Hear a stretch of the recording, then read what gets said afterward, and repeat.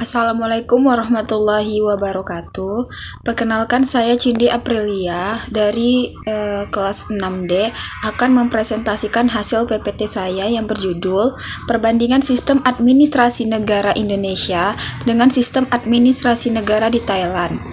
Pendahuluan, negara merupakan suatu organisasi dalam wilayah yang mempunyai kekuasaan tertinggi yang sah dan yang diakui oleh rakyatnya, di mana terbagi atas beberapa unsur, yaitu adanya wilayah, adanya pemerintahan, adanya rakyat, dan adanya pengakuan atau kedaulatan.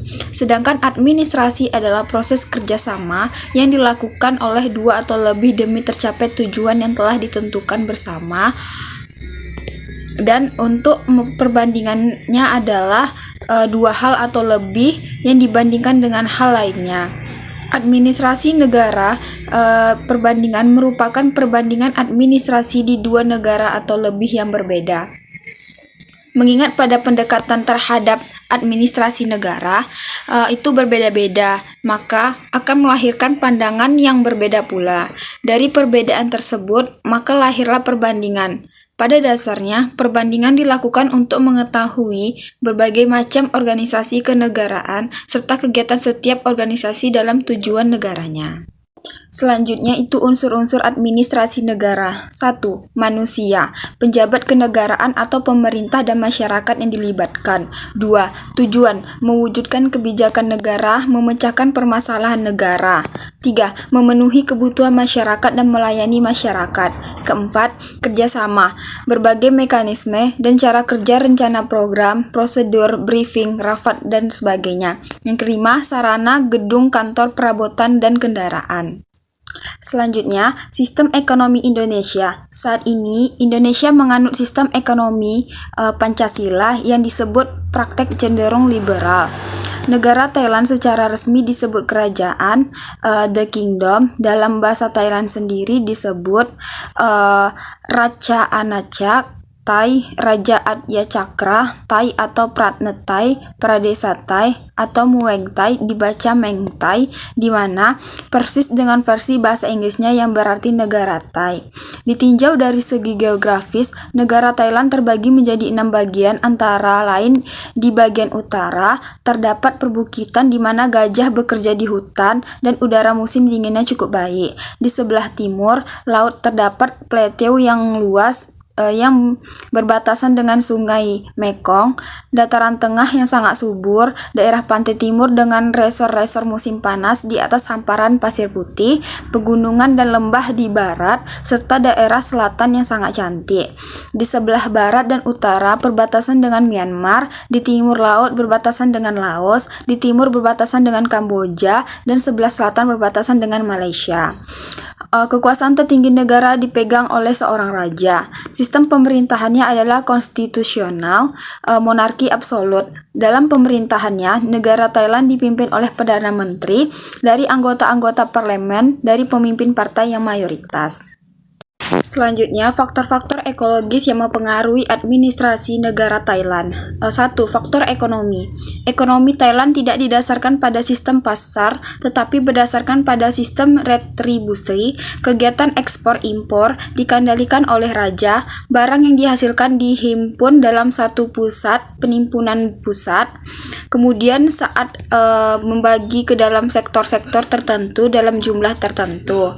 Jabatan-jabatan administrasi negara didistribusikan oleh raja, pegawai dalam melakukan distribusi barang dan jasa.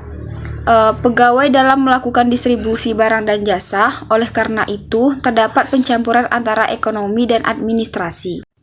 Yang kedua, faktor sosial. Di Thailand, organisasi-organisasi sosial tidak didasarkan kepentingan-kepentingan khusus dan keanggotaannya pun tidak atas sukarela. Organisasi sosialnya didasarkan pada partikularistik, yaitu berdasarkan pada hal-hal tertentu saja seperti agama, keturunan, sebagainya, dan dijalankan sesuai dengan fungsinya.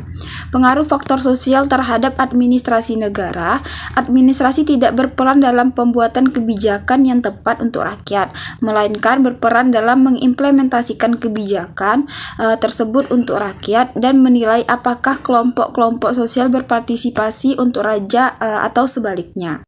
Yang ketiga itu faktor jaringan komunikasi. Dalam komunikasi, negara Thailand bermasalah pada penggunaan bahasa yang masih beraneka ragam. Bahasa yang digunakan oleh kerajaan atau istana berbeda dengan bahasa yang digunakan oleh masyarakat, sehingga kebijakan yang dirumuskan tidak dapat dipahami oleh rakyat karena perbedaan bahasa yang digunakan.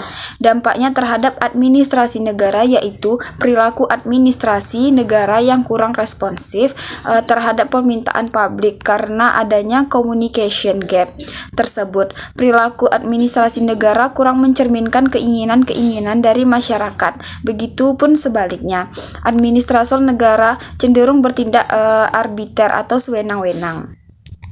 Yang keempat itu ada faktor simbol. Sistem Thailand memiliki simbol tradisional yaitu raja mempunyai dasar yang sakral dan kerajaan merupakan ciptaan yang Tuhan yang tidak dapat dipecahkan oleh siapapun. Hal ini bersifat sakral diwujudkan pada raja yang dianggap sebagai keturunan yang memperoleh mandat untuk menyelenggarakan pemerintahan. Yang kelima itu ada faktor politik. Negara Thailand sistem pemerintahan bersifat autokratis, kekuasaan penuh dijalankan atau diatur sepenuhnya oleh raja. Keadaan seperti ini kurang atau tidak berpartisipasi dalam pemerintahan atau politik. Tindakan-tindakan raja tidak hanya di bidang politik saja, namun semua bidang untuk melihat pengaruh politik terhadap administrasi negara. Selanjutnya, beberapa perbedaan atau perbandingan sistem administrasi negara Indonesia dengan Thailand. 1. Bentuk negara Indonesia adalah republik. Hal ini tercantum pada ayat 1 Undang-Undang Negara Republik Indonesia 1945 dan bentuk negara Thailand secara resmi disebut Kerajaan Thailand. Yang kedua, kekuasaan negara Indonesia yang tertinggi di tangan MPR. MPR mengawasi pelaksanaan tugas pemerintah. Kekuasaan negara Thailand yaitu monarki konstitusional, menganut rias politika dalam mana ada pembagian kewenangan jelas antara legislatif, eksekutif, dan yudikatif. Yang ketiga, sistem pemerintahan Indonesia berdasarkan atas hukum. Sistem administrasi Indonesia dipengaruhi oleh sistem administrasi negara Prancis melalui Belanda. Sistem pemerintahan Thailand adalah sistem parlementer. Perdana Menteri adalah kepala pemerintahan yang dilantik sang raja dari anggota-anggota parlemen. Yang keempat itu adalah parlementer negara Indonesia menurut konstitusi RI atau setelah reformasi dan setelah UUD 1945 diamandemen. Parlemen negara Thailand menggunakan sistem dua kamar dinamakan Majelis Nasional atau Ratha Sapa yang terdiri dari Dewan Perwakilan yang beranggotakan 480 orang, Senat yang beranggotakan 150 orang. Yang kelima, ekonomi saat ini Indonesia menganut sistem ekonomi Pancasila yang dalam prakteknya cenderung liberal. Sedangkan sistem ekonomi Thailand tidak didasarkan pada sistem pasar, tetapi didasarkan pada sistem retribusi. Yang keenam, militer indeks kekuatan militer Indonesia menempati peringkat 140 negara. Jika merujuk situs GVP, Indonesia bahkan menjadi negara terkuat secara militer di kawasan ASEAN. Dengan begitu, Indonesia berada di atas Singapura yang berada di peringkat 40, di mana notabene-nya merupakan negara paling maju di kawasan Asia Tenggara dan militer negara. Militer negara Thailand berada pada peringkat 26 militer terkuat dari 14 yang dipertimbangkan. Posisinya berada di atas negara Turki dan di bawah negara Indonesia.